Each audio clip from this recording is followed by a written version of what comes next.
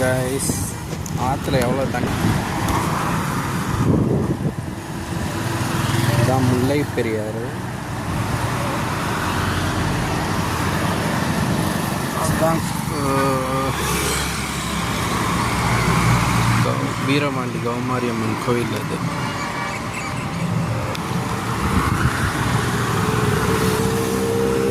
ஆக்சுவலாக இது தேனி, இது முல்லை பெரியார் டேம் போடும்போது கலனல் ஜான் பென்னிகுட்னு கேள்விப்பட்டிருப்பீங்க.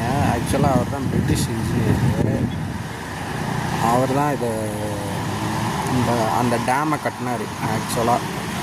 எதுக்குன்னா, இப்போ வைகை ரிவர் மோஸ்ட்லி ட்ரையாக தான் இருக்கும். அதுக்கு முன்னாடி, அது கட்டுற முன்னாடி அப்போ என்ன பண்ணார்னா, அவர்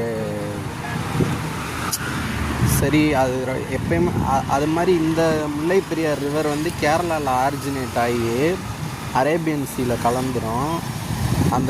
அது ஒரிஜினேட் ஆகிற இடத்துக்கு பக்கத்துலேயும். ஸோ என்ன பண்ணார், அங்கேருந்து அந்த ஒரு டேம் இந்த சைடு தண்ணியை திருப்பி விட்ற மாதிரி அங்கேருந்து கேரளாவிலேருந்து அப்படியே தண்ணியை இந்த சைடு வர்ற மாதிரி பெரிய முல்லை பெரியார் டேம் கட்டி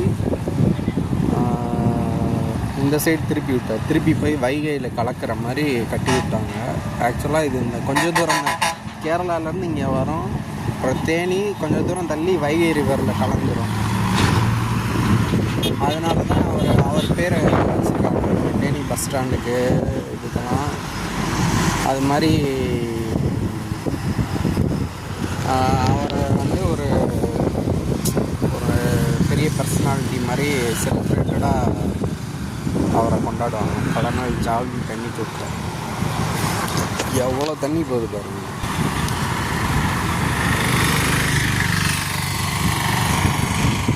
ஃபுல்லாக போய் வைகையில் கலந்துடும். வைகை டேமில் ஸ்டோர் பண்ணி வைப்பாங்க. அப்படியே அந்த அழகர் மதுரையில் இறங்குறதுக்கு இது அப்படி வைகை டேம்லேருந்து ஓப்பன் பண்ணி விடுவாங்க தண்ணியை.